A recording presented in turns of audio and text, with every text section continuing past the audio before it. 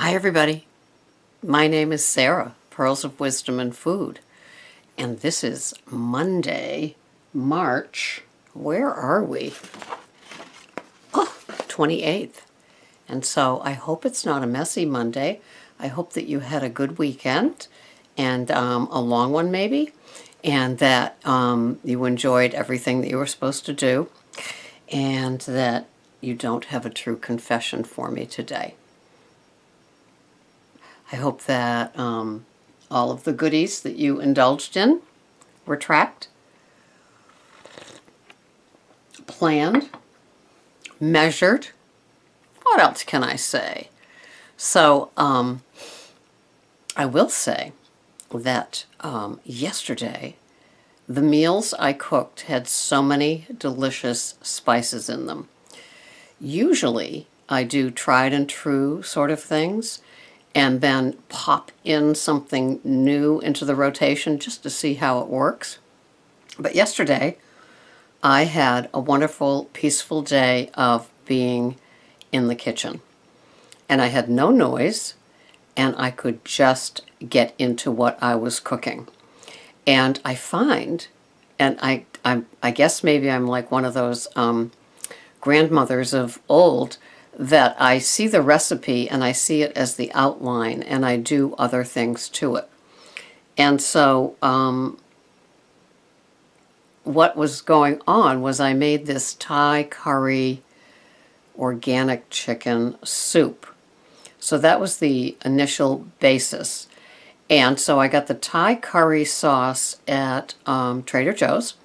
I got a jar of their roasted yellow and red peppers at Trader Joe's, and I never saw a yellow one in there unless they all turn red. But yeah, and I got the fish sauce there, and I had the organic Nature's Promise from Stop and Shop. I had the organic chicken left over. So I got actually more than 3 meals out of it. I got the regular meal, and then I made chicken soup with, I had a bowl yesterday for lunch, and it had onions, potatoes, and carrots, and then I added, I think it was probably 1/4 cup of the riced cauliflower from Trader Joe's, and oh, you know, that took the place of rice in the soup, and it was, well, it was great, and so I had that. But anyway, then I made this Thai curry, with the rest of the chicken that was left over, the pulled chicken, and I had 8 ounces of it. So I had 3 ounces or less, and there's actually a bowl left over. And chicken stock it calls for. And so I cooked that, and that was something different that I hadn't cooked. And this morning I went in, while my bulletproof was dripping. That's not changing. While that was dripping, I went and I adjusted, you know, exactly what I use, so then if I go to make it again. And then, what was the other thing? Oh, it calls for canned coconut milk. And so I used the canned coconut milk, and then I went online looking for other things to do with the coconut milk, because there you are with a full can that costs $2.50 or something. And so I found this recipe, this 10 recipes from this guy that, and in the intro he said, you know how you make the recipe and it calls for canned coconut milk, and you have all this canned coconut milk left over and you're wondering what to do with it? So he gave 10 recipes. So one of them was whipped sweet potatoes with canned coconut milk. And yeah, I made that. And I did what Abel James, the fat-burning man, the man that was on My Diet's Better Than Yours diet, did, and what he says to do. And what other people say to do, too, with the starch resistant. So I baked the organic sweet potatoes, and then I refrigerated them.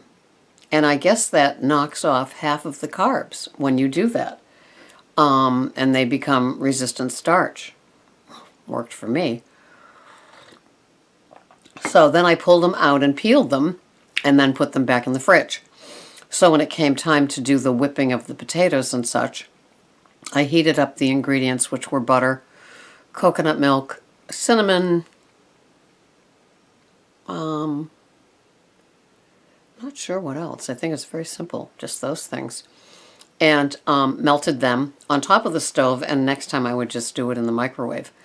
And so added tablespoon by tablespoon to the sweet potatoes and whipped them. And that was that. And so last night I had probably the equivalent of 2.5 ounces of that, along with the Thai soup. And then I had my usual salad with 1 tablespoon of extra virgin olive oil. And then I made a dessert, mostly for Greg, but because it was a Friday night, I could have the dessert. And molasses cookies, grain-free. Okay, so it came from a paleo site, but yeah, it called for honey, and I used the Nutruvia brown sugar instead. And if you haven't seen it, it's just something good to have in your cupboard. Oh, that went into the whipped potatoes too. Because you never know when that recipe might show up for something sweet, and it's looking for more brown than white sugar, and so then you've got it taken care of with the Truvia and the brown sugar.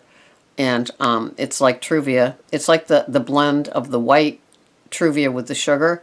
So I think 1 tablespoon has something like 15 calories. That's quite doable. And so the molasses cookies were coconut flour and almond flour and cornstarch and baking soda. And then it's all those spices. So it was molasses and ginger and some cinnamon. Anyway, delicious. And then the guilty pleasure was the real bright, like kosher salt, crystalled sugar from Bob's Red Mill that I bought last Christmas time, to do my Christmas cookies in, because it was a sparkly sugar just for treat, and I never got to it. So I rolled them in it, and then took a spatula and flattened them out. And I had 1 of those last night, and Greg had 5. And he said it was like a restaurant meal, so guess what I did? I gave him a bill for those restaurant meal things made with the organic and the natural and all the special ingredients. So and then he had a side of Brussels sprouts, which I had at lunch. So his bill was $45. Oh, what a cornball I am. So anyway, it's Monday, and I hope that through all of the hustle and bustle of what might have taken place over the weekend, you were able to get into your tracker and put in a few meals henceforth. I was able to do that yesterday, and I will tweak it a little bit tomorrow. And I've got some homemade egg parm coming up, eggplant parmesan, which I had made 2 batches, cook once, eat twice when you freeze half of it. And grain-free, again, using the coconut flour as the dredge after the egg dip, egg and coconut milk. And yeah, so, and then I've got the chicken soup, and I'll add the riced cauliflower to it, and it'll seem like the good old chicken with rice soup that I used to eat. So obviously I've had some time to do a little bit more into what I eat for food, choices I make, even even the tracker. And Lose It, which is probably like Weight Watchers. I know it's like Spark People, has a place where you can put in a recipe. So, I have a whole recipe folder in my Lose It, and it's great. So I could do the molasses cookie, I could do the Thai curry soup, I could do the organic chicken soup, and it's just good. And the whipped coconut milk potatoes that I refrigerated, so then it had the resistant starch and half of the carbs that they'd usually have if they were hot out of the oven. It's a fascinating thing. So anyway, that's my deal. I hope that there's no true confessions. If there are, down below. And I don't know if any of you saw what you should do with the peeps. Not eat them for sure, and where to put them. And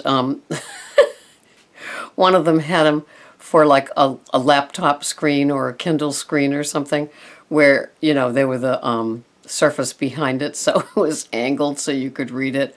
There were a lot of funny things that you could do with the Peeps besides eat them. And so if you have a true confession, down below is where you go. Anyway, thanks for watching. Always appreciate your input. Thanks again. I can't do this without you, and I need you. Thanks so much for watching. This has been Sarah, Pearls of Wisdom and Food. Bye-bye for now.